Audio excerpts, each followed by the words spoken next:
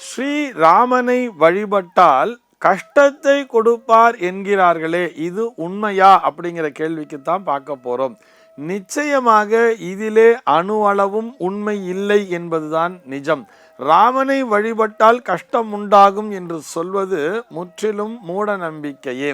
இதில் நிறைய பேர் பார்த்தோம்னா இந்த கல்யாணம் பண்ணிட்டு போகும்பொழுது தன்னுடைய பொன் குழந்தைக்கு சீர் கொடுத்து அனுப்புவா. அப்படி சீர் கொடுத்து அனுப்பும் பொழுது சுவாமி படத்தையும் சேர்த்து கொடுத்து அனுப்புவா.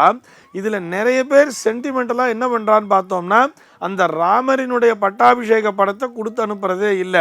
ராமர் சீதையோடு சேர்ந்துருக்கிற படம்ங்கிறது வேண்டாமே, ஏன்னா ராமன் ரொம்ப கஷ்டத்தை தான் அனுபவிச்சிருக்கான், அதனால் இந்த படத்தை கொடுக்காம ஒரு கிருஷ்ணர் படத்தை கொடுப்போம், அல்லது பிள்ளையார் லக்ஷ்மி சரஸ்வதினு ஒரு படம் இருக்கும், இந்த படத்தை கொடுத்து அனுப்புவோம் அப்படிங்கிற மாதிரிலாம் ஒரு சென்டிமெண்டலாக கதையை சொல்கிறா.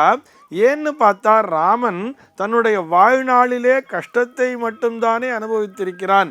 ராமன் பார்த்தோம்னா ஒரு டீன் ஏஜ் அப்படின்னு சொல்லுவா இல்லையா, அந்த பருவ வயதிலே கூட அந்த வயதிற்குரிய அந்த சுகத்தினை அனுபவிக்காமல் விஸ்வாமித்திர மகரிஷி காட்டுக்கு அழிச்சுன்னு போயிடுறார் இல்லையா, கூட ராமனும் லக்ஷ்மணனும் சேர்ந்து போயிடுறார். அந்த வனத்திலே ஹோமங்களை செய்து கொண்டிருக்கிறோம், அதனை பாதுகாப்பதற்காக எனக்கு இவங்க வேணும்னு சொல்லி அழிச்சுட்டு போயிடுறார். ஆக அந்த டீனேஜில் கூட அவர் காட்டுக்கு போயிட்டார். அதுக்கப்புறம் என்ன ஆறுது, கல்யாணம்ங்கிறது ஆறுது. கல்யாணம் பண்ணிட்டு கூட ரொம்ப நாள் அவரால் சுகத்தை அனுபவிக்க முடியல.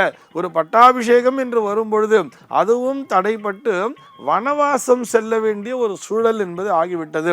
வனவாசத்தில் கூட கொஞ்சம் சந்தோஷமாக இருந்தாலான்னு பார்த்தா அங்கேயும் ராவணன் சீதையை கடத்திட்டு போயிட்டா. உடனே இவர் வருத்தத்திலேயே இருந்தார். அதுக்கப்புறம் போய் சீதையை போய் மீட்டுண்டு வந்தார். மீட்டுண்டு வரும்பொழுதும் எவ்வளவு கஷ்டம். அதுக்கப்புறம் இங்கே பட்டாபிஷேகம் பண்ணிட்டு ஒரு பட்டாபிராமனாக இருக்கும் பொழுது கூட மறுபடியும் சீதையை மட்டும் தனித்து காட்டிற்கு அனுப்ப வேண்டிய ஒரு கட்டாயத்திற்கு உள்ளாயிட்டாரே. அதுக்கப்புறம் வாழ்நாள் முழுக்க தனிச்சு தானே இருந்தார்.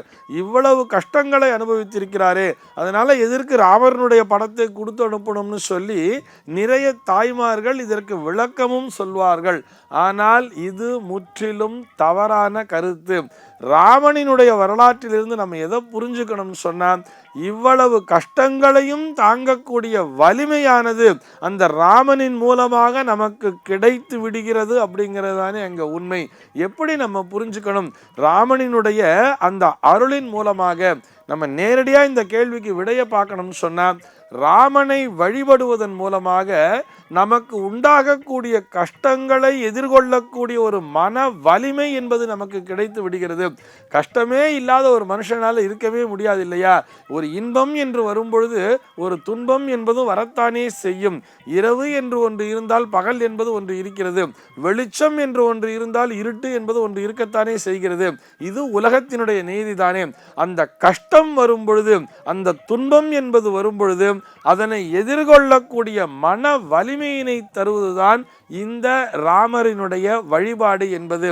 ஆக ராமரை வழிபடுவதன் மூலமாக நம்முடைய கஷ்டங்கள் காணாமல் போகும் என்பதுதான் அதிலே நிஜம். இப்படி புரிஞ்சுக்கங்களேன். அழகா திருவள்ளுவர் ஒரு திருக்குறளின் மூலமாக சொல்லியிருப்பார்.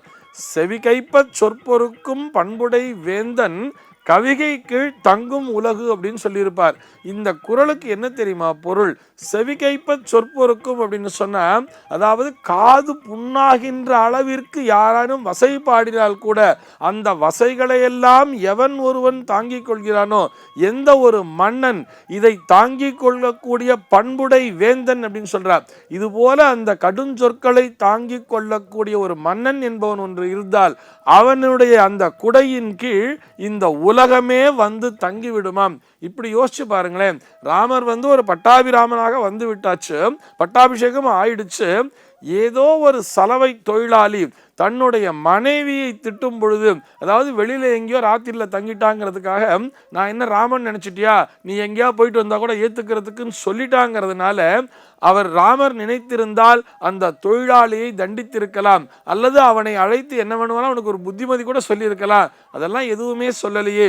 தன்னுடைய செயலின் மூலமாக அவனுடைய மனதிற்குள்ளே ஏதோ ஒரு தவறான கருத்து புகுந்து விட்டதே அப்படிங்கிறதுக்காக தன்னுடைய, அதாவது அவன் தன்னை தெரிந்தோ தெரியாமலோ வசைபாடி இருந்தால் கூட அதனை எல்லாம் பொறுத்து கொண்டு கர்ப்பவதின்னு கூட பார்க்காம தன்னுடைய மனைவியே கானகத்துக்கு அனுப்பிச்சிட்டார் இல்லையா? எவ்வளவு ஒரு பொறுமைங்கிறது இருக்கணும்.